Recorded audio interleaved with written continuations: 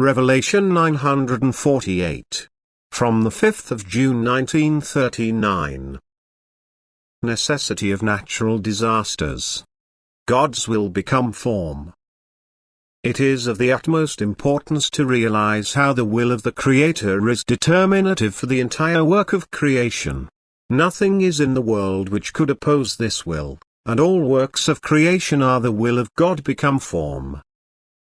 Thus never a single work of creation can separate arbitrarily from and continue to exist according to other than the divine law.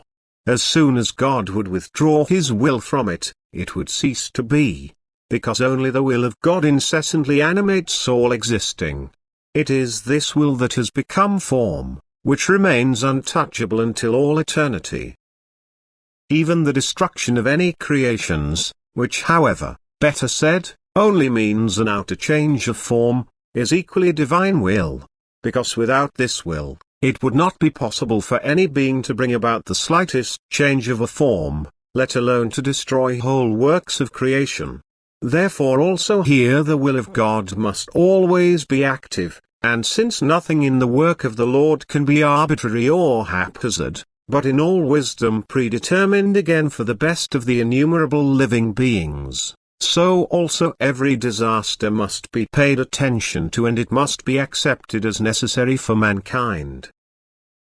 Because countless beings need an apparent work of destruction to have the possibility for their part to the higher development, and likewise such processes are also salutary for mankind in a certain sense, because only through it, many a person finds the right relationship to God and recognizes the transitoriness of his body and the earthly goods. He recognizes that he as a human being is completely incapable of resisting these catastrophes and must therefore again acknowledge the will of a supreme being. And it will now be more understandable to him that the being on earth must always submit to the divine will in order to remain in the divine order. This realization is decisive for the earthly life of man. Only when he recognizes a higher power as such and tries to live according to the will of this one, he is able to comprehend the divinity and the whole work of creation. For since man as the only being was given the freedom of his will, he cannot oppose the divine will, but through rejection, and it is this will of rejection which means the separation from the eternal divinity. And the distance of the earth being from God can only then decrease when his will completely subordinates itself to the divine will.